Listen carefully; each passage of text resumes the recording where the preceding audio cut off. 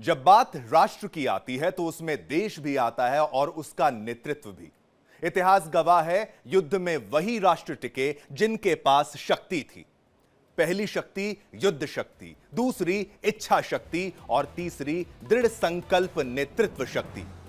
क्योंकि मजबूत इरादे जो होते हैं, मजबूत इरादे पहाड़ के बीच से रास्ता खोज निकालते हैं। कमजोर को दुनिया अपमानित करती है, मगर शक्तिशाली को मित्र और सहयोगी अपने आप मिल जाते हैं, क्योंकि ताकत ही वो धुरी है जिसके चारों ओर राजनीति, कूटनीति और दोस्ती घूमती है। नमस्कार, स्वागत है आपका। मैं हूं आपके साथ शिवम दत्त मेहता और इंडिया डेली पर आज बात करेंगे ज़पैड की। ज़पैड का अर्थ है पश्चिम और यह नाम एक मिलिट्री एक्सरसाइज का है जो रूस बेलारूस के बीच हो रहा है। मगर इसमें कई मित्र देश आए हैं, मगर डर सता रहा है नेटो को, नाटो को। अभ्यास से नाटो के देशों में हाई अलर्ट है।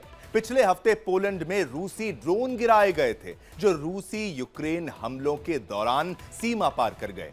पोलैंड ने इसे आक्रामक बताया है। प्रश्न यह है कि क्या यह अभ्यास किसी नए देश पर हमले की योजना है? बड़ा प्रश्न है।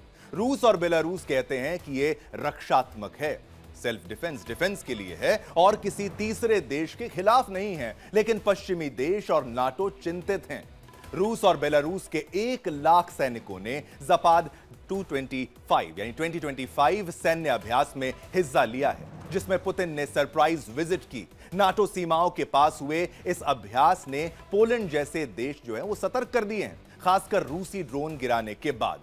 अब इस पूरे मामले पर चर्चा करेंगे और अच्छे से हमारे साथ मेहमान भी जुड़ेंगे, लेकिन आपको समझाता मैं चलूं कि इस सैन्य अभ्यास में रूस का दम कितना है। लेकिन लड़ाई ये होगी अगर तो नाटो के साथ, तो वो दिखाने का प्रयास है रूस का कि मैं तैयार हूं। बेलारूस के साथ ये मिलिट्री एक्सरसाइज तो होती रहती है, लेकिन कई देश इसमें आए, कई देश इसमें सम्मिलित हुए और ये ताकत दिखाता है। पोलैंड को कैसे डर सताता है कि अगर ये आगे बढ़े तो क्या होगा। पिछली बार जब एक्सरसाइज हुई थी तो उसके बाद जब हमला हुआ था तो उसको लेकर भी ये डर सताने लगा था। इसीलिए रशिया का खौफ पूरे नेटो देशों को या नाटो देशों को कह लीजिए, सभी को है। इतने ज्यादा सैनिक, 1 लाख सैनिक, 10,000 हथियार, 333 फाइटर जेट्स, 247 युद्धपोत, इतना असला बारूद, इतने सैनिक अगर किसी भी देश के बॉर्डर के पास होंगे तो हालत खराब हो जाएगी। चलिए ग्राफिक्स के माध्यम से आपको समझाता हूं क्या कुछ है इस पूरे मिलिट्री एक्सरसाइज में। अब आप ये देखिए, सैन्य अभ्यास में रूस का दम देखने को मिला है। केवल रूस ही नहीं, उसके साथी बेलारूस और भी देशों का दम देखने को मिला है। 1 लाख सैनिक हैं, मैंने बताया आपको, 10,000 हथियार हैं, 333 जो फाइटर जेट्स इसमें हैं, उन्नत फाइटर जेट्स, 247 युद्धपोत है, यानी नेवी है, आपके पास एयरफोर्स है, आपके पास आर्टिलरी है, आपके पास इन्फेंट्री है, बूट्स ऑन ग्राउंड है, सब कुछ है आपके पास। अगर युद्ध की स्थिति आई तो रूस ने संदेश दिया है कि नाटो आपसे हम डरते नहीं हैं, हम आपके लिए भी तैयार हैं। और ज़पाड जो है, जो उसका मेन उद्देश्य भी आप समझ लीजिए, ये नेटो को चेक में रखने के लिए है, कंट्रोल में रखने के लिए है। उसको ये बताने का ये एक कारण है, एक तरीका है कि भाई हम आपके लिए हमेशा तैयारी करते रहते हैं। ज़पाड का अर्थ भी वेस्ट है, यानी पश्चिम, अपने पश्चिमी बॉर्डर और पूरे क्या पश्चिम को यह संदेश दिया जा रहा है, वो यहां पर समझना बेहद जरूरी है। तो आप ये पुतिन की स्माइल से ही समझ सकते हैं कितने कॉन्फिडेंट पुतिन इस वक्त हैं। इतना लंबा युद्ध जो चला, उसके बाद भी रूस जो है वो हारा नहीं है। वो लगातार जो है अपना पूरा का पूरा उसका जो फोकस है वो लगातार आगे ही बढ़ता रहा है और वो आगे बढ़ता रहा और अभी भी लड़ने के लिए अभी भी तैयार है। हथियार चाहे कम होते गए, लेकिन उसने उसको रीस्टॉक किया, रीसप्लाई किया, सब कुछ उसने एकदम अपडेटेड रखा। चलिए, हमारे साथ मेहमान आ गए हैं, कुछ ही पलों में आपके टेलीविजन स्क्रीन पर होंगे। स्वागत करना चाहूंगा, अनुज माथुर जी हमारे साथ इस वक्त हैं और कर्नल शिवदान जी भी हमारे साथ हैं। जैन सर, आप दोनों का बहुत बहुत शुक्रिया, आपने अपना कीमती वक्त निकाला। मामला थोड़ा तनावपूर्ण है। ज़पैड की अगर बात की जाए, वो वेस्ट उसको बोलते हैं और दिक्कतों का सामना इतना हो रहा है कि भाई पोलैंड डर गया है। मिलिट्री एक्सरसाइज होती है तो एक बात, लेकिन Russia is already in war, वो युद्ध में है। माथुर साहब, आपसे मेरा यह पहला प्रश्न रहेगा, अगर इस मिलिट्री एक्सरसाइज को देखा जाए तो क्या इसको एक धमकी के रूप में भी देखा जाना चाहिए? अब आप समझिए कि बगल में ही पोलैंड है, मतलब बगल में आपके नेटो है, ये केवल पोलैंड इसको नहीं कहेंगे। तो वहां पर वो अपने फाइटर जेट्स को स्क्रैम्बल तब करते हैं और बाकायदा रशिया के वहां पर ड्रोन्स गिरते हैं। ये ऐसा कभी मैंने नहीं सुना कि रशिया जैसा बड़ा और उन्नत देश जो है उसकी गलती से ड्रोन गिर जाएं। यानी वो बहती गंगा में हाथ धो लिया क्या रशिया ने? जय हिंद शिवम। जय हिंद। देखिए, एक दो बात बिल्कुल साफ पता होनी चाहिए आपके दर्शकों को। पहली बात तो ये जो एक्सरसाइज है ये एक रूटीन एक्सरसाइज है, लेकिन मैं आपको बताऊंगा अभी आज का अंतर क्या है और अभी क्यों एक विशेष इसकी स्थिति है। ये हर 4 वर्ष में रूस और बेलारूस इसको जॉइंट एक्सरसाइज करते हैं और ये प्राइमरीली अपनी टेरिटरी की डिफेंस के लिए और काउंटर अटैक्स के लिए और ऑफेंसिव ऑपरेशंस को भी कभी कभी ध्यान में देने के लिए ये एक्सरसाइजेस की जाती हैं। अब आप इस समय देखिए कि ये क्यों ये इंपॉर्टेंट ज्यादा हो जाता है कि इसका टाइमिंग आप देखें। टाइमिंग, पहली बात आपने बहुत सही सटीक कही कि रूस ऑलरेडी युद्ध में है, पहली बात। दूसरी बात, रूस ने प्रोबिंग ड्रोन्स को भेजा है। ये बात मैं पूरे दावे से कह रहा हूं कि जो रोमानिया में हुआ या पोलैंड में हुआ वो कोई एक्सीडेंट नहीं था मेरे हिसाब से, और वो रशिया ने श्योरली इसलिए वहां पर उन ड्रोन्स को जानबूझ करके भेजा है ताकि वो रिएक्शन वहां का चेक कर सकें, किस प्रकार से नाटो विल रिएक्ट, किस प्रकार से यूएस इसके लिए रिएक्ट करेगा और लोगों की क्या प्रतिक्रिया रहेंगी। तो ये मेरा मानना है कि उन्होंने इसका प्रयास किया कि कैसे उनको फील उनकी डिफेंस प्रिपेयर्डनेस को तैयारी करने के लिए। तीसरी बात यह है कि इस बार हालांकि कुछ कम सैनिक इसमें हिस्सा ले रहे हैं। जब पिछली बार 2021 में हुआ था तो लगभग 2 लाख सैनिकों ने इसमें भाग लिया था। लेकिन सबसे ज्यादा जरूरी चीज देखने की है कि इसमें क्या क्या हथियार हिस्सा ले रहे हैं। एटॉमिक, लेकिन पिछली बार युद्ध हो गया था माथुर साहब, पिछली बार कहते हैं कि युद्ध हो गया था। टाइमिंग कुछ कोइंसिडेंट तो नहीं कह सकते इसको, तमाम चीजें जो मैच। बिल्कुल, मैं आपको यही बताता हूँ क्या होता है। देखिए, जो एक्सरसाइजेस होती हैं ये रूटीन एक्सरसाइजेस होती हैं और उनका जो कैरेक्टर होता है उसको कभी भी उसको एक ऑफेंसिव एक्शन में कन्वर्ट किया जा सकता है। लेकिन एक्सरसाइज 2021 में हुई थी, हमला 2022 में हुआ है। तो ये एक्सरसाइज का रिजल्ट नहीं था कि डायरेक्ट एक्सरसाइज करने वाले जो ट्रूप्स थे उन्होंने हमला कर दिया। अब वहां पर एक्सरसाइज करने वाले ट्रूप्स वहां पहुंचे थे, उनको वहां पर तैयार किया गया। 6 महीने 5 महीने जो भी समय था उसको उनको वहां पर प्रिपेयर किया गया कि वो ऑफेंसिव एक्शन ले सकें। और इसीलिए अगर आप देखेंगे, if you can take back your mind Shivam, जो इनिशियल स्ट्राइक्स हुए थे वो ईस्ट नॉर्थ से भी हुए थे, बेलारूस की तरफ से, जब वो सीधा कीव की तरफ बढ़ गए थे। लेकिन उनको रुकना इसलिए पड़ा था क्योंकि वो उनकी जो लॉजिस्टिक्स की जो चेन ऑफ सप्लाई थी वो बहुत लंबी हो गई थी और उसको वो सस्टेन नहीं कर पाए। तो ये बात थी। लेकिन हर एक्सरसाइज युद्ध में कन्वर्ट हो ये जरूरी नहीं है। लेकिन इसका जो मैं बता रहा हूं आपको, टाइमिंग इस प्रकार का है कि जैसे यूरोप नाटो में खौफ है ऑलरेडी, और रशिया ने अपनी ऑफेंसिव इंटेंट ऑलरेडी पोलैंड में, रोमानिया में, बाल्टिक में और इन तमाम क्षेत्रों में ऑलरेडी दिखा दी है। उन्होंने अपनी न्यूक्लियर सबमरीन्स को डिप्लॉय कर दिया है। वहां पर उनके नेवल फ्लीट जो है वो पूरी तरह से एक्टिव है, चाहे वो ब्लैक सी हो, चाहे वो बाल्टिक सी हो, या नॉर्थ सी में भी उनके सबमरीन्स देखे गए हैं। तो ये ऑफेंसिव इंटेंट शिवम बिल्कुल क्लियरली नजर आती है और इसी वजह से यूरोप में और नाटो में खौफ है। लेकिन एक बात और मैं बताता चलूं आपको कि जिस प्रकार से लुकाशेंको का रिएक्शन है, तो वो मट एंड जेफ खेल रहे हैं। पुतिन पूरी तरह से अपनी ऑफेंसिव इंटेंट दिखा रहे हैं, ऑर्सनिक्स को वहां पर डिप्लॉय कर रहे हैं। उनको by the end of the year वो बेलारूस को हैंडओवर कर देंगे। लेकिन साथ के साथ लुकाशेंको ने कोई 50-52 लोग उन्होंने रिलीज कर दिए हैं और उन्होंने पूरे 56 देशों को बुलाया है ऑब्जर्वर। तो ये मेरा मानना है कि इसको उन लोगों ने इस प्रकार से बैलेंस किया है कि इसको डायरेक्टली एक अटैक की प्रिपरेशन ना मान लिया जाए। लेकिन ये बात मैं आपको लेकिन ये मतलब दोनों को एक संदेश है। ये प्यार का भी संदेश है जनरल साहब, ये प्यार का भी संदेश है और ये वार का भी संदेश है कि भाई तैयार भी, आपको तैयार रहना है। कुछ भी होगा हम कम नहीं है, क्योंकि ज़पैड की अगर बात की जाए, नाम ही वेस्ट है और दूसरा ये है ही नेटो के लिए, नाटो के लिए, तो नेटो तो तैयार रहेगा ही, और आप फिर अपने ड्रोन गिरा देते हैं कुछ भी बहाने से, उनके फाइटर जेट स्क्रैम्बल करा देते हैं। तो युद्ध के लिए जितने भी, जो अगर युद्ध नाम की कोई डिश है उसकी रेसिपी में जितने इंग्रेडिएंट्स हैं, तो पुतिन हर वो मसाला इसमें डाल रहे हैं ताकि ये युद्ध और खतरनाक होता जाए। ठीक है, ये तस्वीरें भी हम आपको दिखा रहे हैं, लेकिन मेरे साथ और भी मेहमान जो है मैं उनका भी स्वागत करना चाहूंगा इस वक्त।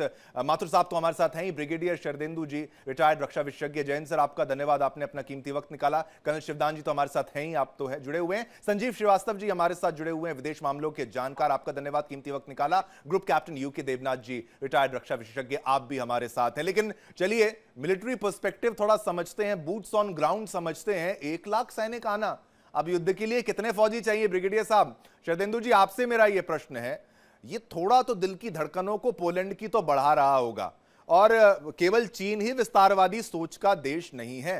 रशिया की अगर बात करें तो वो सोवियत संघ था, और उसके बाद यूएसएसआर से अब जो है सो है। लेकिन इतना लड़ लड़ के क्या पुतिन के इरादे भी कुछ ऐसे हैं, या संदेश ही देना मात्र अपनी सेफ्टी, डिफेंसिव या ऑफेंसिव, दोनों कैलकुलेशंस के हिसाब से? सर देखिए, यूएसए ने पूरा जोर लगा लिया कि पुतिन के दिमाग में क्या चल रहा है, वो क्या चाहते हैं, उसका वो असेसमेंट नहीं कर पाए।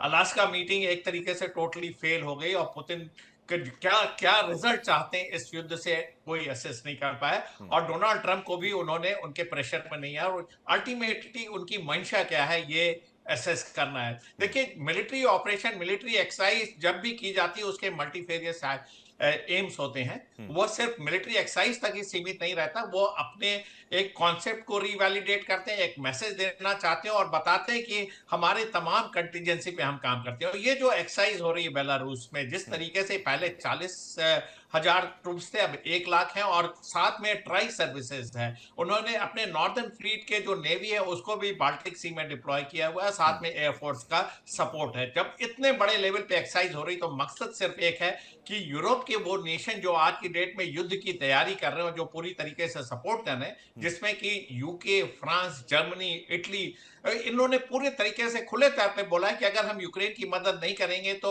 जो एग्रेसर है वो विक्ट्री, वो जीतता हुआ दिख रहा है। लिहाजा हमें हर हालत में यूक्रेन को सपोर्ट करना, और इसी वजह से यूक्रेन युद्ध में बना हुआ है। जब देखिए डोनाल्ड ट्रंप यूक्रेन के ऊपर प्रेशर बनाते हैं, तो नाटो के कंट्री जिसमें कि जो यूरोपियन नेशन है वो फुट डाउन करते हैं कि नहीं, ये सीज फायर नहीं होना चाहिए। तो लिहाजा इसीलिए सोल्यूशन नहीं निकल रहा। और पुतिन देखिए आज की डेट में मेरा मानना है कि तमाम कंटीजेंसी पे काम कर रहे हैं। एक तो सबसे बड़ा उनका जो न्यूक्लियर डिटरेंस है, न्यूक्लियर पावर है, इतने ज्यादा न्यूक्लियर आर्सेनल उनके पास है कि अमेरिका को भी बीट करते हैं। तो एक वो बहुत बड़ा, वो टाइम टू टाइम उसका थ्रेट दिखाते हैं। और इस समय जो बेलारूस में एक्सरसाइज हो रही है उसमें टैक्टिकल न्यूक्लियर एक्सरसाइज भी शामिल है। तो एक तरीके से एक मैसेज दिया है कि आप इस युद्ध से दूर रहिए। दूसरा, इस फ्रंट पे जब आप एक्सरसाइज करते हैं तो दिखाता है कि उन्होंने 2 फ्रंट को ओपन किया हुआ है। एक तरफ तो यूक्रेन का युद्ध, यूक्रेन को प्रेशर में डालने के लिए, और दूसरी तरफ बाल्टिक नेशन लाटविया, लिथुआनिया और जो एस्टोनिया है उसको वो थ्रेटन करते हुए दिख रहे हैं। तो अगर आप ब्लैक सी से ऑपरेशन लॉन्च करना चाहते हैं तो वो भी ऑप्शन अवेलेबल है,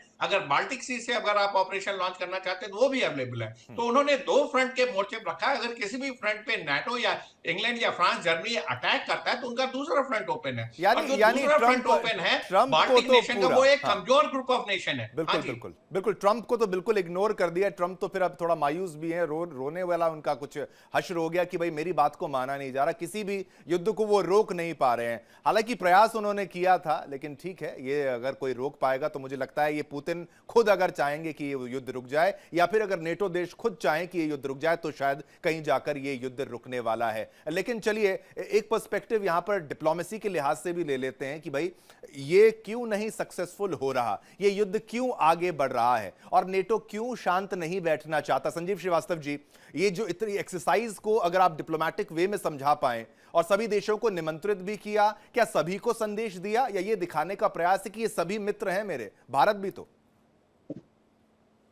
देखिए, निसंदेह जैसा कि ब्रिगेडियर शरदेंदु जी ने कहा कि ये जो एक्सरसाइजेस होती हैं इसका एक मैसेज होता है, स्ट्रेटेजिक मैसेजिंग के लिए भी ये की जाती है। और रशिया इस तरीके की, रशिया और बेलारूस, ये जो एक्सरसाइज है ये रूटीन एक्सरसाइज है। जाहिर है कि 2021 में ये सबसे बड़ी लेवल पर की गई थी, 2 लाख सैनिक उसमें शामिल थे, और अभी थोड़ा सैनिकों की संख्या अवश्य कम है, लेकिन इसका जो इंपॉर्टेंस है संजीव जी, मतलब वो दौर आपने देखा होगा जब मिलिट्री बिल्डअप हो रहा था यूक्रेन के बगल में, तो लोग कह रहे थे नहीं ये केवल पॉस्चरिंग है, लेकिन उस दौरान वो बिल्डअप इतना खतरनाक हो गया। मिलिट्री एक्सरसाइज तो चलिए पहले, लेकिन उसके बाद भी ये बढ़ जाता है कभी भी।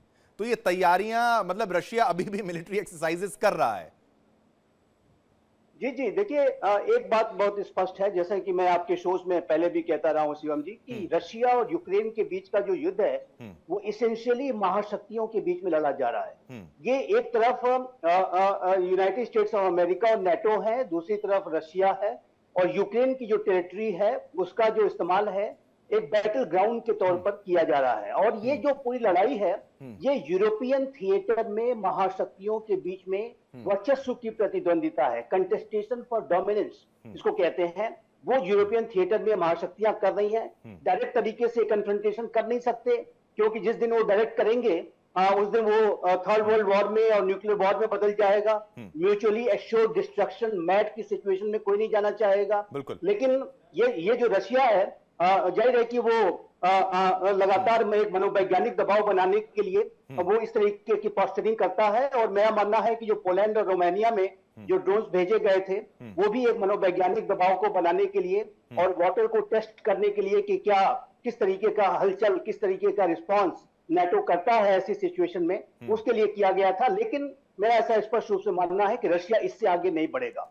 अभी तक 3.5 वर्षों से भी ज्यादा समय का जो युद्ध है यह अवध से चला है, लेकिन आज तक रशिया ने नाटो की टेरिटरी में कोई सिंगल गोली फायर नहीं की है, कोई एक सिंगल मिसाइल तक नहीं चलाई है। नहीं, लेकिन इस बार तो इसको अगर आप गोली नहीं कहेंगे, लेकिन ड्रोन तो चला गया ना आपका, इनडायरेक्टली आपने उनके एयर स्पेस को इन्वेड तो कर ही दिया। अब चाहे अब इसको आप बहाने से कह लीजिए, गलती से कह लीजिए, लेकिन आपका पर्सपेक्टिव नहीं, ठीक है, आपकी राय को मैं समझता हूं। एक बार ग्रुप कैप्टन यूके देवनाथ जी भी हमारे साथ हैं। अब जरा इसको एयरफोर्स के एक बात मैं कहना चाहता था कि रशिया ने इसको डिनाई किया है। अच्छा, रशिया ने ये नहीं माना है कि हमने ड्रोन भेजा है। अच्छा, इस बात को भी हमें समझना होगा। यानी मतलब यही तो है, इसी को तो कहते हैं कूटनीति की भाई आप रिश्ते खराब भी ना करें, आप युद्ध को एस्केलेट भी ना करें, और सामने वाले को, हालांकि यूक्रेन से भी पोलैंड को नुकसान हो चुका है युद्ध के दौरान, ये भी बातें हैं, लेकिन रशिया से आप समझ लीजिए पोलैंड को क्या नुकसान। देवनाथ जी आप मुझे बताइए, ये सब कुछ तो चल रहा है और पहले आप ड्रोन गिरा देंगे, चाहे आप वॉर में हैं,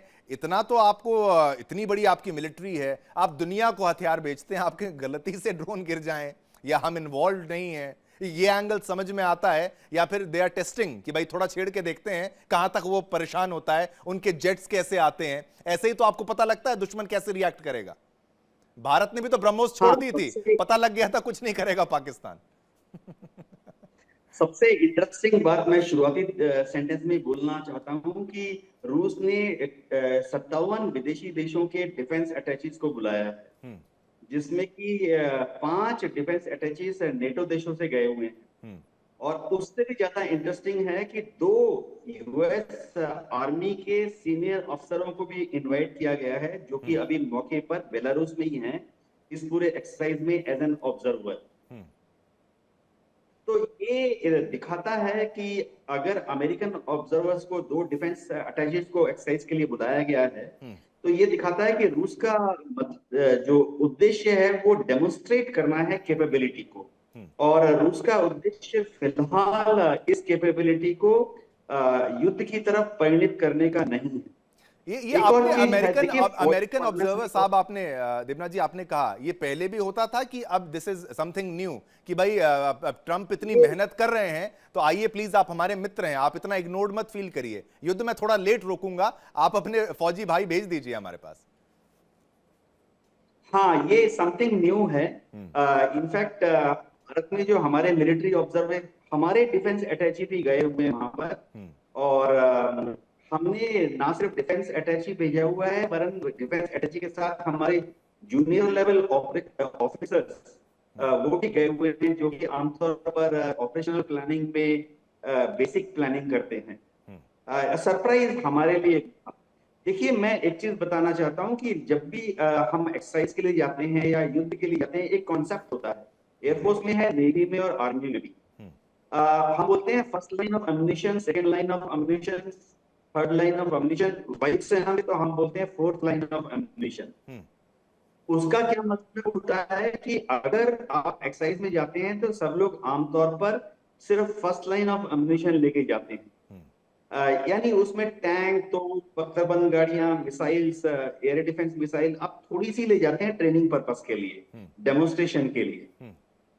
तो क्या रूस की फौज युद्ध की तरफ जा रही है? अगर वाकई इरादा होता है रूस युद्ध करने का, तो एक्सरसाइज की जो डिप्लॉयमेंट होती है उसमें definitely second line, third line ammunition लेके जाते हैं। तो इस बार कोई इंडिकेशन नहीं है कि सेकेंड लाइन, थर्ड लाइन, लेकिन युद्ध अभ्यास में 1 लाख सैनिक आ जाएंगे, ये थोड़ा ऐसा लगता है कि पहले हालांकि ज्यादा सैनिक आए हैं, लेकिन 1 लाख सैनिकों की आवश्यकता, ये थोड़ा समझ में नहीं आता कि इतने ज्यादा लोग एक्सरसाइज में पार्ट ले रहे हैं। ये तो पोस्चरिंग ज्यादा मुझे लगती है कि भाई मिलिट्री एक्सरसाइज के कंपैरिजन में। देवनाथ जी। जी हाँ, इसमें कोई शक नहीं है कि 1 लाख फौजियों का डिप्लॉयमेंट बड़ी संख्या है। लेकिन जो ऑन ग्राउंड डिफेंस ऑब्जर्वर्स हैं, वो बता रहे हैं कि पिछले 3 दिन में 1 लाख फौजियों की जो डिप्लॉयमेंट थी उसको स्केल डाउन कर दिया गया है। 1 लाख फौजी डिप्लॉय नहीं हो रहे। दूसरी चीज जो मैं बताना चाहता हूँ, देखिए 1 लाख फौजी जो हैं वो ज्यादा मायने नहीं रखते हैं। ज्यादा मायने ये रखते हैं कि 1 लाख फौजी किस तरह से डिप्लॉय किए गए हैं। जब आप युद्ध भूमि में डिप्लॉय होते हैं तो डिफेंस के लिए आप अलग से तरीका होता है डिप्लॉय करने का। ऑफेंसिव जब आप डिप्लॉय, मतलब इसको किस तरीके से आपने प्लेस किया है, ये भी महत्वपूर्ण है यहां पर समझना। कर्नल शिवदान जी, आप मुझे समझाइए, आपने सभी की राय को सभी की राय को जो यहां पर समझा और जानने का प्रयास यहां पर किया, लेकिन ये क्या एक मैसेजिंग के रूप में ही केवल इसको देखा जाए? क्योंकि नेटो भी मुझे लगता नहीं है कि युद्ध रोकने की फिराक में था, और हर प्रयास रूस की तरफ से जो है वो किया गया कि भाई डायरेक्टली एंगेज ना करें, बट एक स्ट्रांग मैसेज जो है वो नेटो देशों को, अमेरिका के साथ जो पिछली एडमिनिस्ट्रेशन थी, सभी को जाना चाहिए। तो इसको आप किस तरीके से देखते हैं अभी की स्थिति को? देखिए, मैं यहां बताना चाहता हूं कि इस युद्ध का जो लड़ाई शुरू हुई थी उसका मुख्य उद्देश्य ये था कि यूक्रेन को नेटो की सदस्यता ग्रहण न करने दी जाए। बिल्कुल। और यूक्रेन को नेटो देशों के नजदीक ना जाने दिया जाए, क्योंकि यदि यूक्रेन नेटो का मेंबर बन जाता है तो यूक्रेन की सेनाएं फिर रूसी सीमा पर आकर के दस्तक देना शुरू कर देंगी। तो इसलिए सबसे बड़ा उद्देश्य रूस का यही था कि नेटो देशों की मेंबरशिप यूक्रेन ना ले और नेटो देशों के प्रेजेंस रूसी सेनाओं के आसपास न रहो। इसलिए ये लड़ाई पिछले लंबे समय से चल रही है। अभी इस जो अभी सैनिक एक्सरसाइज हुई है, इसका 2 उद्देश्य है। एक तो इतनी लंबी लड़ाई के बाद खुद अपने देशवासियों को महसूस कराना कि हम किसी चीज में कमी नहीं आई, हमारे अंदर पूरी शक्ति है और उस शक्ति का प्रदर्शन इस एक्सरसाइज के रूप में किया गया है। नंबर 2, इस प्रदर्शन के द्वारा रूस ने ये दिखा दिया है नेटो देशों को और जितने भी जो पोलैंड है या जो यूक्रेन है कि रूस में कोई कमी नहीं आई है इस लड़ाई की वजह से। रूस अभी भी उतना ही स्ट्रांग है जितना युद्ध से पहले था। इसलिए इसमें ज्यादातर ऐसी एक्सरसाइजों को देश शक्ति प्रदर्शन होता है। आपको मैं यहाँ एक और बात बता दूं कि इस एक्सरसाइज में हमारे देश का भी एक सैनिक टुकड़ी गई है इस एक्सरसाइज में पार्ट लेने के लिए। तो इसके साथ साथ रूस ने यह भी दिखा दिया है कौन कौन से देश जो हैं रूस के साथ अभी भी हैं इस युद्ध में और इस युद्ध में सपोर्ट करने के लिए। तो इस युद्ध का मुख्य उद्देश्य, इस एक्सरसाइज का मुख्य उद्देश्य यही था कि रूस ये प्रदर्शित करा पूरे विश्व को कि रूस की शक्ति में, रूस की तैयारी में कोई कमी नहीं आई है। और इसलिए बेटर संदेश यही है पूरी दुनिया को कि रूस अभी भी स्ट्रांग है और इस युद्ध को यदि समाप्त करना है तो करिए, अन्यथा रूस लड़ाई के लिए पूरी तरह तैयार है। बिल्कुल। इसलिए ये मैसेज अमेरिका को भी गया है, नेटो कंट्रीज को भी गया है कि वो रूस को ये ना समझे कि रूस की शक्ति क्षीण हो चुकी है, रूस कमजोर हो चुका है और अब वो अपने आप युद्ध समाप्त कर देगा। बिल्कुल। इसलिए चाहिए कि इन नेटो देशों को, खासकर जो खास नेटो देश है जैसे अमेरिका, जैसे इंग्लैंड है, फ्रांस है, इन लोगों को चाहिए रूस अमेरिका के साथ मिलकर के इस युद्ध को रुकवाएं कि उससे मानवता का बहुत ज्यादा विनाश हो रहा है। लेकिन मुझे नहीं लगता कि मानवता का भला, हाँ हाँ, मुझे नहीं लगता कि मानवता का भला ये चाहते, अगर चाहते होते तो ये युद्ध कब का रुक जाता। लेकिन पोलैंड जो है वो एक होता है ना कि आप चाहे कई देश हो, बैटल ग्राउंड कोई ना कोई देश बन जाता है। जैसे नेटो की उत्सुकता के चलते बैटल ग्राउंड यूक्रेन बन गया। पोलैंड को मुझे लगता है कि भाई विश्व युद्ध का वो दौर याद आता है, सोवियत संघ का वो दौर याद आता है कि भाई डायरेक्ट कंट्रोल भी कभी ना कभी ऐसा था रूस का। माथुर साहब, अब आपसे मेरा ये प्रश्न रहेगा, ये पोलैंड जो है क्या ये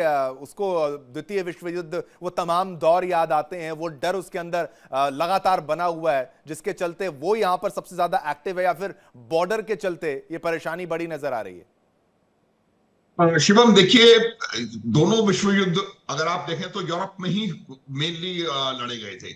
और पिछला विश्व युद्ध भी महीना भी मेरे ख्याल से यही था, सितंबर, 1 सितंबर को या 2 सितंबर को उस महीने का उसमें हमला हुआ था, पोलैंड से ही शुरू हुआ था।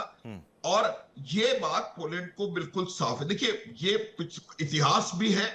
दूसरी बात यह है कि पोलैंड जो है वो लगातार यूक्रेन को मदद करने में एक लिंचपिन की तरह, एक बहुत इंपॉर्टेंट ट्रांजिट पॉइंट की तरह काम कर रहा है। जितना भी पोलैंड में यूक्रेन में सामान वगैरह जा रहा है, वो कहीं ना कहीं पोलैंड की तरफ से उसको सहायता दी जा रही है, उसको रास्ता दिया जा रहा है। दूसरी बात यह है कि पोलैंड ने अक्सर ऐसे स्टेटमेंट्स दिए हैं जो कि वो कहते हैं कि हम बिल्कुल पूरी तरह से यूक्रेन के साथ हैं। तो ये पूरी चीजें देखने के बाद मुझे लगता है कि रशिया को इस प्रकार का एग्रेशन दिखाने की जरूरत पड़ रही है। ये बिल्कुल, हम लोग बार बार कह रहे हैं कि ये डिफेंसिव एक्सरसाइज है और इसमें एमुनिशन पूरा नहीं है, ये नहीं है, ये तमाम चीजें शुरुआत होती है। और इसी वजह से, लेकिन ये बाकायदा एग्रेसिव इंटेंट को मेरे हिसाब से इंडिकेट करता है। और पोलैंड का जहां तक सवाल है, आप ज्योग्राफी को देखने की कोशिश करें, एक बहुत बड़ा सेंसिटिव और बहुत कोमल जो पार्ट है वो रशिया का वहां पर है। और उसको वो पोलैंड के साथ, पोलैंड से उसको खतरा संभव हो सकता है। इसीलिए वहां पर उन्होंने अपनी सेनाओं को बढ़ाया है, वहां पर न्यूक्लियर आर्सेनल्स को तैनात किया है। तो मेरा ये मानना है कि ये एक्सरसाइज है, पूरे दुनिया को ये एक्सरसाइज दिखाई जा रही है, लेकिन एक्सरसाइज का जो ऑफेंसिव कंटेंट है उसको हम निकाल नहीं सकते। पोलैंड की जो डर की वजह है वो बिल्कुल लाजमी है, क्योंकि पोलैंड का जो रोल रहा है पिछले 2 साल से इस यूक्रेन और रशिया के युद्ध में, वो रोल जग जाहिर है, सबको पता है और रूस इस बात को जानता है। उसके अलावा रूस को अगर दोबारा अपनी जो लॉस्ट सोवियत ग्लोरी, मैं कई दफा कह चुका हूं कि वो कहीं ना कहीं पुतिन के दिमाग में वो बात भी है कि वो अपनी लॉस्ट सोवियत ग्लोरी को पता लगाने की, वापस लाने की कोशिश करें। तो वो अगर करना है तो उनको इन देशों के ऊपर, रोमानिया, पोलैंड, इन जगहों के ऊपर अपना प्रभाव बढ़ाने की आवश्यकता पड़ेगी। लेकिन मैं एक बात बताता हूं आपको कि रूस के जो उद्देश्य थे इस युद्ध के प्रारंभ में, वो उद्देश्य पूरे होने तक ये युद्ध किसी कीमत पे खत्म होने वाला नहीं है। शिवम, इसमें कोई संदेह नहीं होना चाहिए। हाँ। पूरा डॉनबास रूस लेकर के रहेगा, पूरा क्रिमिया उनके पास ऑलरेडी है। हाँ। उसके अलावा इनके 1 मिनट और शोल्डर्स को, जो सुमी और खार्किव का इलाका है और नीचे ओडिशा के थोड़े इलाके, इन लोगों को ये कंसोलिडेट करेंगे। और जब तक उसके अलावा इस बात को यकीन करेंगे कि किसी कीमत पे यूक्रेन नेटो में ना जाए, तो ये बिल्कुल क्लियर है कि ये युद्ध तभी बंद होगा। 2 चीजें इसमें देखने की हैं। यूक्रेन की मिलिट्री पावर, लड़ने की क्षमता, रेजिडुअल कॉम्बैट पावर पहले खत्म होती है, या रूस की इकोनॉमी इतनी कमजोर कर देते हैं पूरी दुनिया मिलकर के कि वो युद्ध लड़ने की में आगे ना बढ़ पाए। लेकिन उस दौर से मुझे लगता है माथुर साहब, उसकी इकोनॉमी वाले दौर से तो रूस ने बहुत अच्छे से खुद को निकाल लिया। पूरी दुनिया को तेल, गैस भारत ने इतना खरीदा, सभी ने खरीदा, और उसका एक देखिए, पैसा आपको चाहिए तो पैसा आ रहा है, यूरोप खुद खरीद रहा है। मैं यही बता रहा हूं। तो जो इसीलिए आप देखेंगे कि जो पैटर्न है ऑफेंसिव का यूक्रेन की तरफ से, वो बिल्कुल साफ है। वो एनर्जी के रिसोर्सेज के ऊपर, उनके ऊपर लगातार हमले कर रहा है।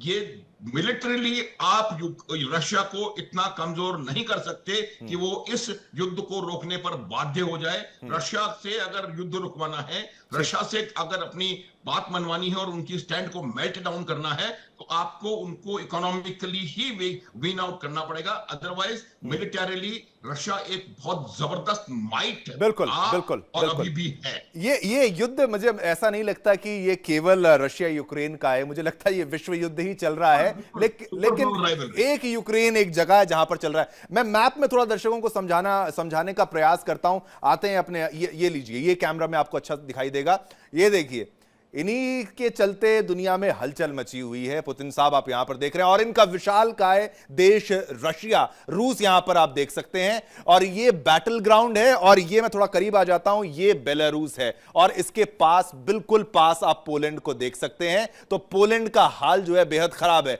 और यहां पर अगर मिलिट्री एक्सरसाइज होती है, ये बैटल ग्राउंड है, यहां पर 1 लाख सैनिक अगर यहां पर मौजूद होंगे, और वेस्ट का उसका नाम होगा ज़पैड। हालांकि आप बोलेंगे ये कॉमन मिलिट्री एक्सरसाइज है, रशिया बेलारूस के बीच में होती रहती है, और इसमें तमाम ऐसे देश हैं जो मित्र देश कह लीजिए और ऑब्जर्वर कह लीजिए, अमेरिका तक, भारत तो खैर सबसे अच्छे मित्र देशों में है ही रूस का, वो भी यहां पर है। तो ये पोलैंड को बहुत ज्यादा डर लग रहा है, और आसपास के जितने भी देश हैं, स्वीडन, नॉर्वे, आप रोमानिया, तमाम ऐसे देश हैं, उनकी भी दिल की धड़कनें तेज हो गई हैं, क्योंकि पुतिन एक ऐसी नेतृत्व क्षमता रखते हैं कि वो इतने लंबे युद्ध को झेल भी गए, तमाम सैंक्शंस उनके ऊपर लगाए गए, चाहे बाइडेन एडमिनिस्ट्रेशन की बात कर लें, चाहे आप यूरोपियन नेशंस की बात कर लें, लेकिन ये घबराए नहीं। इन्होंने अपना धैर्य रखा और लगातार युद्ध को लड़ते रहे, और अपने ऑब्जेक्टिव्स को लगातार ये यूक्रेन में हासिल करते रहे। क्या ये इसको और विस्तार करने के उद्देश्य से कर रहे हैं, या केवल डिफेंस में? क्योंकि आपने बहुत लंबे समय तक रशिया को परेशान किया है, और रशिया अब एक ऐसे मोड पर है कि वो लड़ने के लिए हमेशा तैयार है। मिलिट्री एक्सरसाइज तो आपने देखा, तो मैप के जरिए भी मैंने आपको समझाया। चलते हैं अपने मेहमानों के पास और उनसे और डिटेल में जानने का प्रयास करते हैं। ब्रिगेडियर साहब, ये मैप में हम जब देखते हैं तो ऐसा लगता है कि रशिया एक तरीके से ओवरटेक कभी भी कर जाएगा। ये थोड़ा सा देखने में ऐसा लगता है कि भाई बहुत मुश्किल है उसके लिए कि भाई तमाम नेटो देश हैं, लेकिन मैंने जैसा पहले कहा, ये तो ऑलरेडी वर्ल्ड वॉर की स्टेज पे चल ही रहा है। अब देश समझते हैं कि लंबा युद्ध करके उनको फायदा नहीं होने वाला है, तो ये एक बैटल ग्राउंड चूज करके ये युद्ध को खींचते रहेंगे। तो रशिया वर्सेस नेटो ही तो है, ये रशिया वर्सेस वर्ल्ड ही तो है ये। देखिए, आपने बिल्कुल सही कहा कि ये रशिया का युद्ध सिर्फ यूक्रेन तक सीमित नहीं है। ये अगर आप देखें तो इसमें तमाम पावर्स हैं, जिसमें अमेरिका है और तमाम नाटो के कंट्री, स्पेशली जो नाटो के यूरोपियन नेशंस हैं, उनका इसमें डायरेक्ट इन्वॉल्वमेंट है।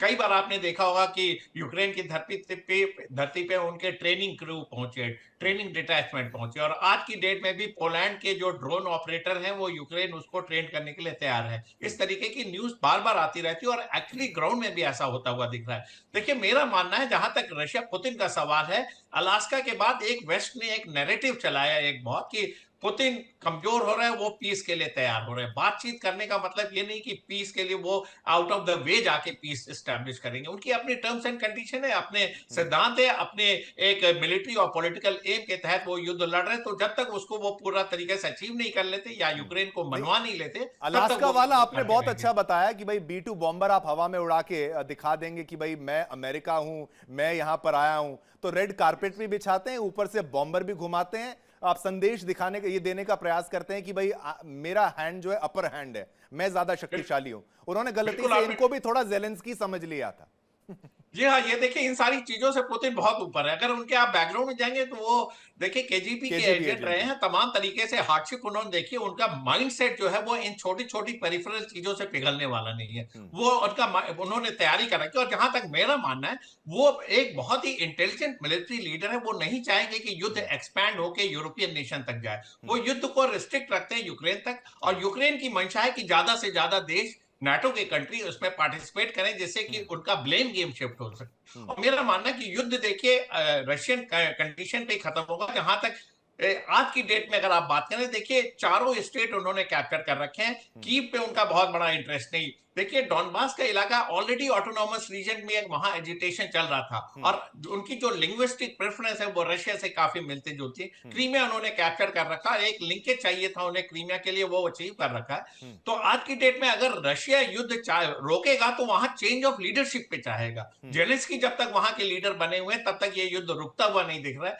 क्योंकि उनके ऊपर तमाम तरीके तरीके के प्रेशर है, वो एक एक इंच जमीन लेने की बात करते हैं, जो कि संभव नहीं है। और रशिया इस युद्ध को लिमिटेड रखना चाहता है यूक्रेन में, इसको मैं बार बार बोल रहा हूँ। और ये जो एक्सरसाइज की आपने बात की, एक देखिए नैरेटिव चल रहा था वेस्ट में बहुत दिन से कि देखिए रशिया के अगेंस्ट यूके तैयार हो रहा था, जर्मनी तैयार हो रहा था, फ्रांस हो रहा था, तमाम तरीके का इंडस्ट्रियल प्रोडक्शन डिफेंस का इंक्रीज किया गया, तमाम ड्रोन की यूनिटों में प्रोडक्शन चल रहा था और लगातार एड यूक्रेन को दी जा रही थी। तो अब उन्होंने इस एक्सरसाइज करके बताया कि अगर आप यूक्रेन से अपने हाथ नहीं खींचते हैं तो रशिया कैपेबल है, आप उसको इकोनॉमिकली नहीं ट्रेन कर सकते क्योंकि उसका अल्टरनेट मार्केट है, चाहे इंडिया हो, चाहे चाइना हो, चाहे नॉर्थ कोरिया, ईरान हो या ब्रिक्स के नेशन हो, तमाम फेंस सीटर कंट्रीज है, इवन यूरोप के नेशन मतलब के साथ अभी भी ट्रेड कर रहे हैं, ये वो पॉसिबिलिटी नहीं है।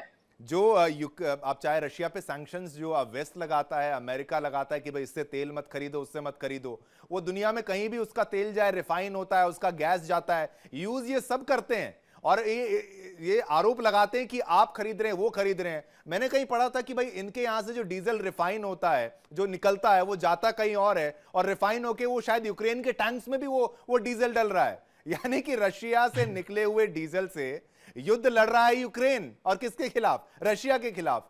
तो ये बाजार है, एक बहुत बड़ा बाजार, मुझे लगता है ये बाजार के रूप में इसको देखना चाहिए, जहां पर गोली भी चलती है और ठीक है पैसे का खेल भी चलता है। चलिए देवनाथ जी से भी मैं एक रिएक्शंस यहां पर ले लेता हूं, थोड़ा सा इस मिलिट्री एक्सरसाइज के बारे में भी फोकस करते हुए।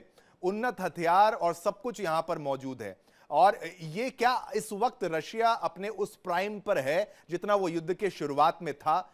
डिफेंस कैपेबिलिटी के लिहाज से, मिलिट्री इक्विपमेंट प्रोडक्शन के लिहाज से, मिसाइल, तमाम चीजें, क्योंकि आपको रिप्लेनिशमेंट चाहिए होती है, आपको स्टॉक अप करना पड़ता है, हर दृष्टिकोण से ये संदेश ही है, शो ऑफ है, या फिर ये तैयारी को दिखाता है कि एग्जाम के लिए मैं रेडी हूं? अनम्यूट कर लीजिएगा सर, अनम्यूट कर लीजिएगा। उनका ये आकलन है कि ये थोड़ा स्केल डाउन वर्जन है। जब ज़फात 2021 हुआ था, आज से 4 साल पहले, तो उस वक्त उन्होंने वहां पर करीबन 2 लाख ट्रुप्स की डिप्लॉयमेंट की थी।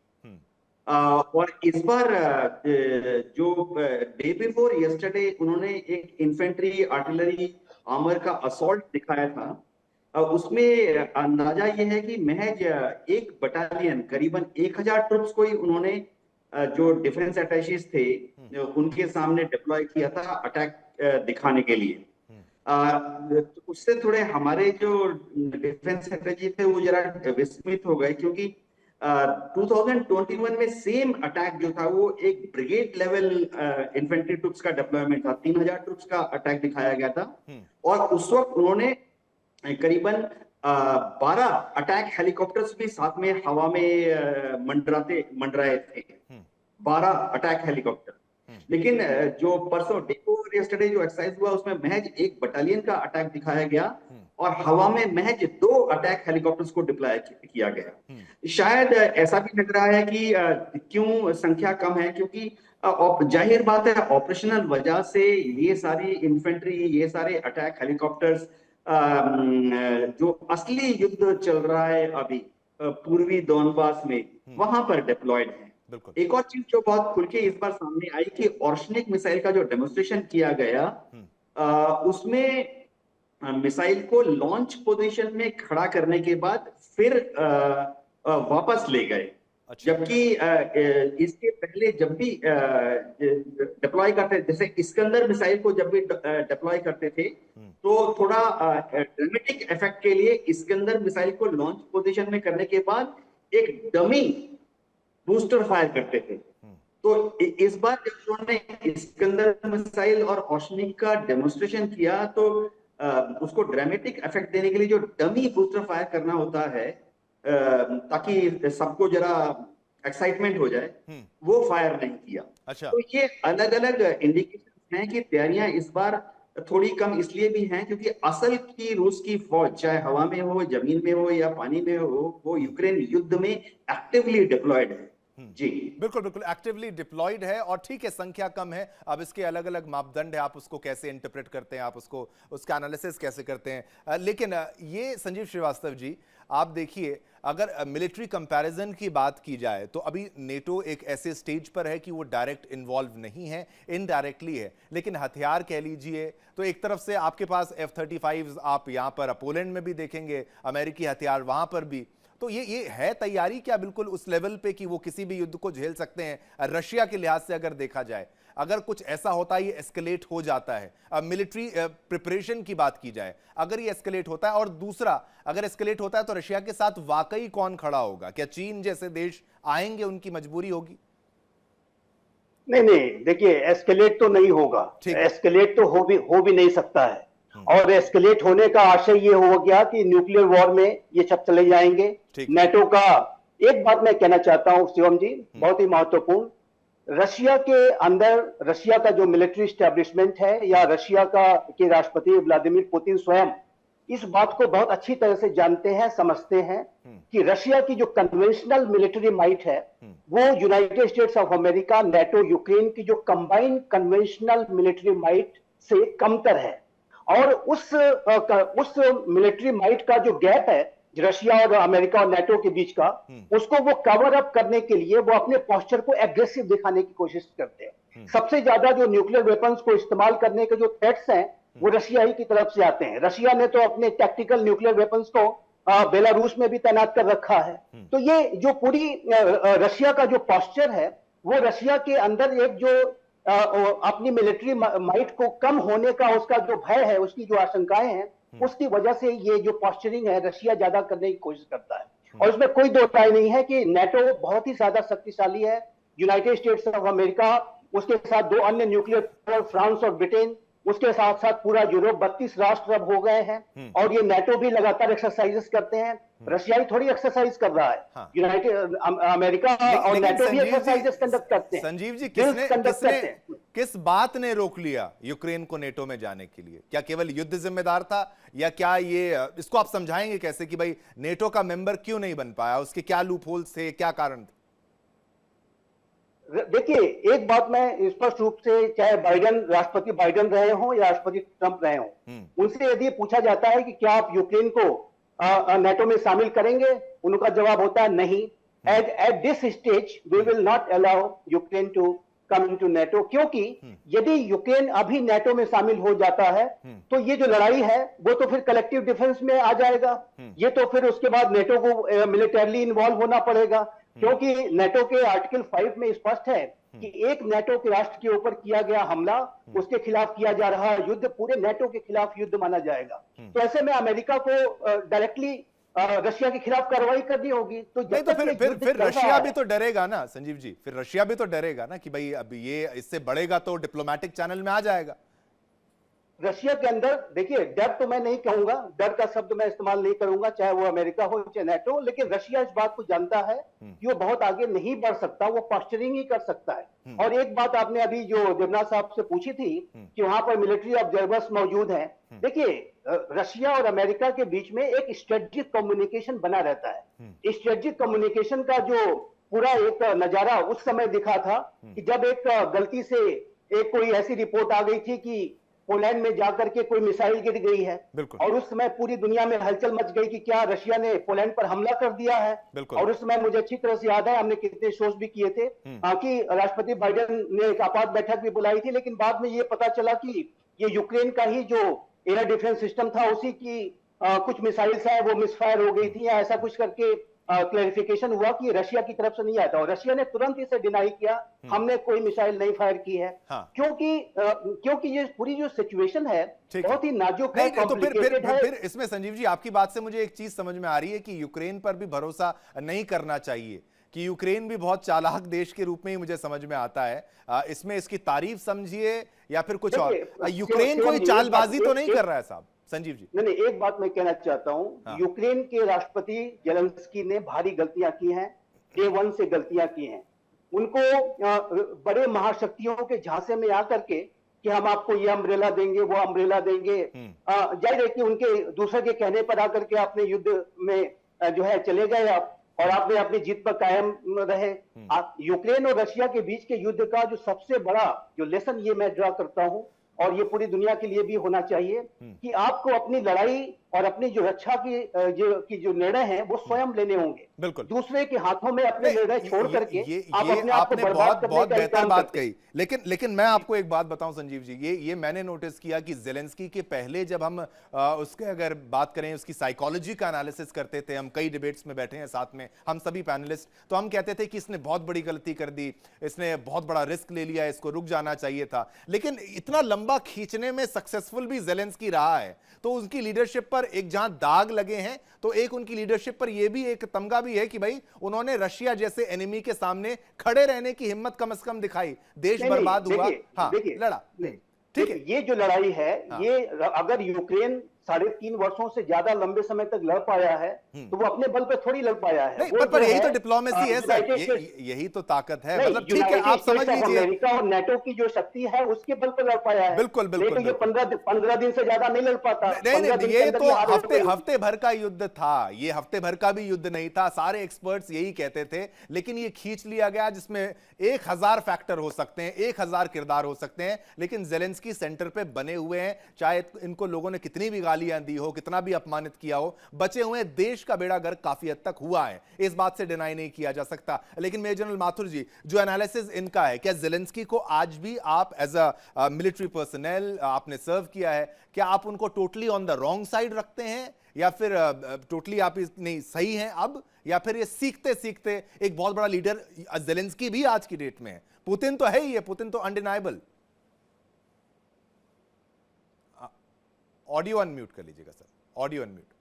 कमेंट करने की मैं करना चाहता हूं, जब भी फोर्सेस का कंपैरिजन करते हैं, मेरा ये मानना है कि फोर्स कितनी है उससे कहीं ज्यादा इंपॉर्टेंट ये होता है कि उस फोर्स का क्या भाग आप युद्ध के मैदान में अप्लाई कर सकते हैं। आप चाइना के पास 25 लाख फोर्स है, क्या चाइना की 25 लाख फोर्स यूक्रेन में आके लड़ाई लड़ सकती है? तो जब आप कंपैरिजन करते हैं कि अमेरिका और पूरा नाटो सारा एक तरफ है, तो कुल मिलाकर के उनकी ताकत इतनी हो गई, इतने लाख हो गए, उतने लाख में से कितना वो निकाल करके पॉइंट ऑफ डिसीजन में, बैटल ग्राउंड में अप्लाई कर सकते हैं। इससे आपके साइज से फर्क नहीं पड़ता, फर्क पड़ता है इस बात से कि उसका क्या पोर्शन आप पॉइंट ऑफ डिसीजन पर अप्लाई कर सकते हैं। तो ये बात हमको ध्यान में रखनी पड़ेगी। दूसरी बात मैं आपको बताता हूं, देखिए उनका आपकी बात में माथुर साहब समझ रहा हूं, आपकी बात कंटिन्यू करिएगा। आपने ये बात बिल्कुल सही, अगर युद्ध होता है, चाहे भारत का युद्ध होता है किसी देश से, चाहे यूक्रेन का किसी से युद्ध होता है, तो सबसे पहले भारतीय भारत के लिए लड़ेंगे और यूक्रेन में यूक्रेनियंस को लड़ना पड़ेगा। बाहर से मदद आएगी वो तो बहुत देर की बात है। तो ये भी एक काबिले तारीफ बात है कि इतना लंबा उन्होंने, कईयों ने बलिदान दिया होगा, कईयों ने कुर्बानी दी। बिल्कुल, अब अपनी बात को बढ़ाइए माथुर साहब। बिल्कुल कह रहा हूं, जहां तक सवाल जेलेंस्की का है, गलतियां उन्होंने की, ये बात मैं मानता हूं। देखिए, कोई भी राष्ट्राध्यक्ष है, वो उसके बिल्कुल पड़ोस में एक इतना शक्तिशाली मुल्क है जो कि जिसका कि वो पहले हिस्सा रह चुके हैं, और एक मुल्क है जो कि 5000 किलोमीटर 10,000 किलोमीटर दूर है, वहां से उनके कहने पर आपने इस मुल्क से युद्ध करा। लेकिन एक बात हमको माननी पड़ेगी कि जो लीडरशिप क्वालिटीज जेलेंस्की ने भी दिखाई हैं, वो बिल्कुल समझने की आवश्यकता है। सब मदद भले ही कहीं से भी आ रही हो, लेकिन ग्राउंड पे उसको मदद को एग्जीक्यूट करने का काम जेलेंस्की ने किया है। गलत उनका उद्देश्य रहा, गलत उनका सोच रहा, लेकिन उन्होंने ग्राउंड पे रूस को बहुत ज्यादा आगे बढ़ने नहीं दिया। आज भी डॉनबास का सिर्फ 80% इलाका उनके कब्जे में है, जो कि 2014 से, अगर आप गूगल से पूछेंगे ये लड़ाई कब शुरू हुई, तो वो 2014 बताएगा। ये लड़ाई 2014 से लगातार चल रही है। क्रीमिया से हाँ, क्रीमिया नहीं, डॉनबास में भी पूरे इलाके में, वहां पर चाहे वो किसी के थ्रू लड़ रहे हो, प्रॉक्सीज के थ्रू लड़ रहे हो, तो ये पूरी यूक्रेन की जो लड़ाई है, जब क्रीमिया पे आक्रमण हुआ था तब से लेकर के ये लड़ाई आज तक चलती चली आ रही है। और इसमें आपको देखना पड़ेगा कि किस प्रकार से जेलेंस्की ने अपने देश को बाकायदा उनके खिलाफ लड़ते हुए बचा करके रखा है। मिलिट्री लीडरशिप में इसमें मुझे कोई संदेह नहीं है, लेकिन उनसे स्ट्रेटेजिक लेवल पे, उनसे बहुत बड़े लेवल पे बहुत ज्यादा बड़ी गलतियां हुई हैं, जिसकी वजह से इवेंचुअली जो यूक्रेन गलती हुई, गलती हुई या जानबूझ के फंसाया गया, एक मोहरा बना दिया अमेरिका गया? ने बिल्कुल फंसाया, आपने बिल्कुल सही शब्द शिवम, बिल्कुल सही, क्योंकि ये लड़ाई कई दफा हम इस बात को कर चुके हैं, अमेरिका और रशिया की है, ये सुपर पावर राइवलरी है, और यूक्रेन को इन्होंने एक गिनी पिग की तरह इस्तेमाल करके अपने तमाम हथियारों को वहां पर का प्रयोग किया, उनको टेस्टिंग करी, पहली बात। दूसरी बात, आप देखिए ट्रंप ने खुद कहा है कि उनके जो मिसाइल प्रोड्यूसर्स हैं, उनके जो वेपन प्रोड्यूसर्स हैं, वो 3-3 शिफ्ट कर रहे हैं और 3 गुना प्रोडक्शन कर रहे हैं। उसका अर्थ क्या है? अब अमेरिका ने इस युद्ध को चालू करके पूरे यूरोप में हर देश का जो डिफेंस एक्सपेंडिचर है उसको अपने जीडीपी का 2 से 3% बढ़ाने पर मजबूर कर दिया, और वो पैसा सारा कहां जा रहा है? वो तमाम पैसा अमेरिका में जा रहा है। तो ये अमेरिका, और अभी भी अमेरिका ने जब जो मदद करी है, उन्होंने कहा है कि इस मदद का जो भुगतान है वो यूरोप करेगा, मैं दे दूंगा और हथियार खरीदो, और हथियार मुझसे खरीदो, वो कहते खरीदते रहो हथियार। आपको है, और ये पूरा का पूरा गेम मुझे लगता है अमेरिका ने खेला है, और उसमें दोनों उनके उद्देश्य रहे हैं, एक अपना आर्थिक अपना पैसा बढ़ाना अपनी डिफेंस इंडस्ट्री का, और दूसरा रूस को कमजोर करना आर्थिक रूप से, मिलिट्री रूप से। आज आप देख लें रूस को कितना ब्लैक सी फ्लीट में नुकसान हो चुका है, कितने उनके सैनिक मारे जा चुके हैं, कितना उनको आर्थिक रूप से नुकसान हुआ है, कितना मिलिटरीली नुकसान हुआ है। साहब, इतना हाल हो गया, नॉर्थ कोरिया से सैनिक आ रहे हैं, और किन किन देशों से आ रहे हैं नाम भी नहीं मैं लूंगा, लेकिन ये रशिया ठीक स्थिति में नहीं है। हाँ, रशिया जो देवनाथ साहब ने बताया, रशिया उतने बड़े लेवल पे नहीं कर रहा है, उसके कई आप उसके मतलब निकाल सकते हैं, लेकिन यहां पर ब्रिगेडियर साहब आपकी राय भी जरूरी है। इसमें अगर कंपैरिजन किया जाए, नेटो का नेतृत्व मुझे लगता है जेलेंस्की का नेतृत्व तो अब उभरा है, इंप्रूव हुआ है, ऑप्शन नहीं था उनके पास, वो इस वक्त सरवाइव कर चुके हैं, यही बहुत बड़ी जीत है उनके लिए, वरना कब तक रशिया के इरादे ठीक थोड़ी ना थे। देखिए, आपको थोड़ा सा अलग पर्सपेक्टिव से समझना पड़ेगा नाटो का स्टैंड और यूक्रेन का स्टैंड। जब आप यूक्रेन की बात करते हैं तो उनके सॉवरेनिटी और इंटीग्रिटी पे इंफ्रिंजमेंट हुआ है। 2014 में क्रीमिया लिया गया है, उस नेशन को एक इंडिपेंडेंट नेशन बनाया यूएसएसआर जब इंटीग्रेट हुआ, और उसके बाद आपने उनके डॉनबास के रीजन में एक अपहीवल क्रिएट किया, उसको इंडिपेंडेंट ऑटोनोमस रीजन बनाने की कोशिश की on the basis of linguistic similarity, और क्रीमिया कैप्चर कर लिया। तो यो यूक्रेन, बाकी भी यूएसएसआर से जो अलग हुए कंट्रीज थे, उनके ऊपर इस तरीके का एग्रेशन नहीं हुआ। वजह क्या थी? वहां के मिनरल्स, वहां का ऑयल, वहां का इंफ्रास्ट्रक्चर, वहां के न्यूक्लियर प्लांट, वहां का जो तमाम तरीके की प्रॉस्पेरिटी थी। यूक्रेन, आपको मानना पड़ेगा, यूरोप का दूसरा सबसे बड़ा देश है, तमाम तरीके के रिसोर्स है। इसकी नजर देखिए, first world war, second world war में भी थी, और first world war, second world war में जर्मनी को एग्रेसर माना गया था। अगर आप यूक्रेन के पॉइंट ऑफ व्यू से देखेंगे तो यूक्रेन बार बार कह रहा है कि रशिया एग्रेसर है, और यहां पे जो यूरोपियन नेशन है उनकी मॉरलिटी, ऑनेस्टी को आपको दाद देना पड़ेगा कि वो एग्रेशन नहीं बर्दाश्त करते हैं। वो एक पूरी डेमोक्रेटिक व्यवस्था में विश्वास रखते हैं, no human right violation, no aggression, no expansion. तो पोलैंड बीच में गलती से फंस गया, पोलैंड बीच में गलती से मेरे को बात कंप्लीट कर लेने दीजिए। मैं आपको एक डिफरेंट पर्सपेक्टिव दे रहा हूं। जो यूक्रेन के फेवर में जो नाटो कंट्री और यूरोपियन नेशन क्यों ऐसा सोचते हैं, उनका मकसद यह है कि इनजस्टिस हुआ है उनके साथ, एग्रेशन हुआ उनके साथ, लिहाजा हमको स्टैंड करना पड़ेगा, और ये एग्रेशन यहां खत्म नहीं होगा। यूक्रेन पे अगर रशिया जीत लेगा तो एक एग्रेसर और एक्सपेंशनिस्ट नेशन को विक्ट्री मिलेगी, जो कि नेशन यूरोपियन कंट्रीज हैं वो इसको नहीं मानते हैं, वो इसको यहां पे फुल स्टॉप लगाना चाहते हैं, ये इनका पॉइंट ऑफ व्यू है। लेकिन जहां तक देखिए देश की क्षमता का सवाल है, आप अपने नेबर्स नहीं बदल सकते हैं, आपको अपने नेबर के साथ एमिकेबली चीजों को रिजॉल्व करना पड़ेगा। आप उनसे मैं कहता हूं ना नेबर्स बदल सकते हैं और ना उनकी सोच बदल सकते हैं, और आपने कॉम्प्लेक्स कॉन्सेप्ट है, आपको इसको समझना पड़ेगा। दोनों के पॉइंट ऑफ व्यू है। मिलिटरली अगर यस शिवम जी, बिल्कुल बात एक अलग तरीके से रखने की कोशिश कर रहा था। नहीं अंत कुछ 10 सेकंड में आप कंप्लीट कर पाए, अंत का समय, अगर कुछ कहना चाहते हैं तो फाइनल कमेंट प्लीज। हाँ, मैं ये कहना चाह रहा हूँ कि यूक्रेन के अपने पॉइंट ऑफ व्यू है, और यूक्रेन ने सबसे बड़ी गलती की कि देखिए बार बार अमेरिका के ट्यून पे उन्होंने डांस किया। आपको समझना पड़ेगा, यूरोप अलग है, अमेरिका अलग, अमेरिका की कोई लॉजिक, कोई वो नहीं होता है, एक्सेप्ट वो अपना बिजनेस देखते हैं। इस चीज को समझने, तो इसमें बिजनेस है, इसमें हथियार है, तमाम चीजें हैं। बहुत बहुत धन्यवाद ब्रिगेडियर साहब, संजीव श्रीवास्तव जी, देवनाथ जी, माथुर साहब, आप सभी का बहुत बहुत धन्यवाद। एक्सपर्ट एनालिसिस, हर किसी ने अपने अंदाज में एकदम बारीकी से समझाया कि पूरा मामला है क्या, ये केवल एक मिलिट्री एक्सरसाइज नहीं है, ये संदेश भी है।